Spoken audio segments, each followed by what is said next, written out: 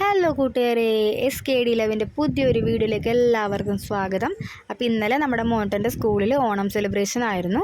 അപ്പോൾ നമ്മൾ 4 പേരും കൂടിയാണ് ഇന്നലെ സെലിബ്രേഷന് പോയത്.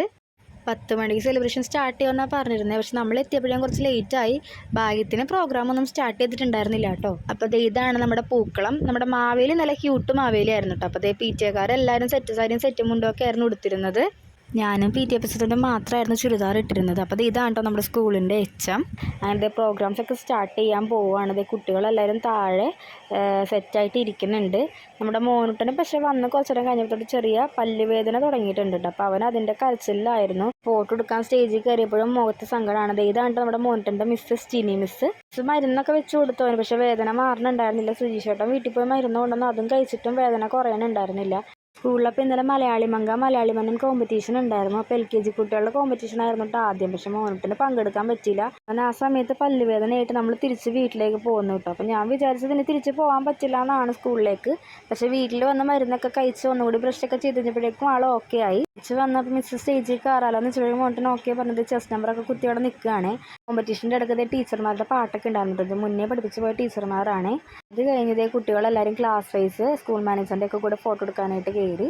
നമുക്ക് നമ്മുടെ ടീച്ചേഴ്സിൻ്റെ തിരുവാതിരയും PTA കാരുടെ ഓണപ്പാട്ടും മിസ് ചെയ്തു. ആ ടൈമിലാണ് മോൻട്ടന് പല്ലുവേദന നമ്മൾ വീട്ടിലേക്ക് പോയത്. അപ്പോൾ എല്ലാവരും സദ്യ കഴിക്കാനായിട്ട് ഇരിക്കുകയാണ്.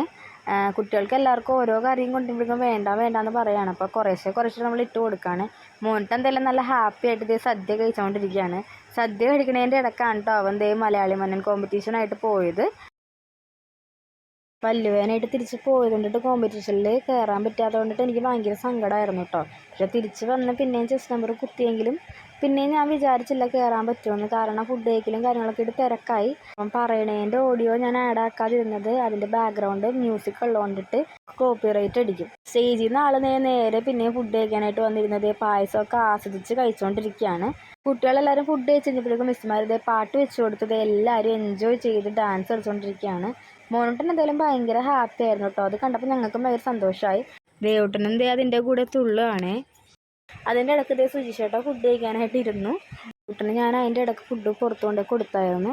അപ്പോൾ അതിൻ്റെ ഇടയ്ക്ക് ഇവിടെ മിസ്സുമാരും PTA കാരും കുട്ടികളും എല്ലാവരും കൂടി അടിച്ച് പൊളിച്ച് തകർക്കുകയാണ്.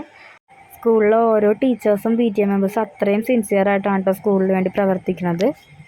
എനിക്ക് ദേവുട്ടനുള്ളതുകൊണ്ടിട്ട് അങ്ങനെ ആക്റ്റീവായിട്ടൊന്നും നിൽക്കാൻ പറ്റുന്നില്ല. പക്ഷേ ബാക്കി PTA മെമ്പേഴ്സിൻ്റെ കാര്യം എടുത്ത് പറയേണ്ടതാണ്. എല്ലാവരും അടിപൊളിയാണ്. അപ്പോൾ ഇന്നത്തെ വീഡിയോ ഇത്രേ ഉള്ളൂ. എല്ലാവർക്കും വീഡിയോ ഇഷ്ടമായെന്ന് വിചാരിക്കുന്നു. വീഡിയോ ഇഷ്ടമായെങ്കിൽ ലൈക്ക് ചെയ്യുക, ഷെയർ ചെയ്യുക, സബ്സ്ക്രൈബ് ചെയ്യുക. അപ്പോൾ വേറൊരു വീഡിയോ ആയിട്ട് കാണുന്നവരെ എല്ലാവർക്കും tata bye bye. Okay, see U.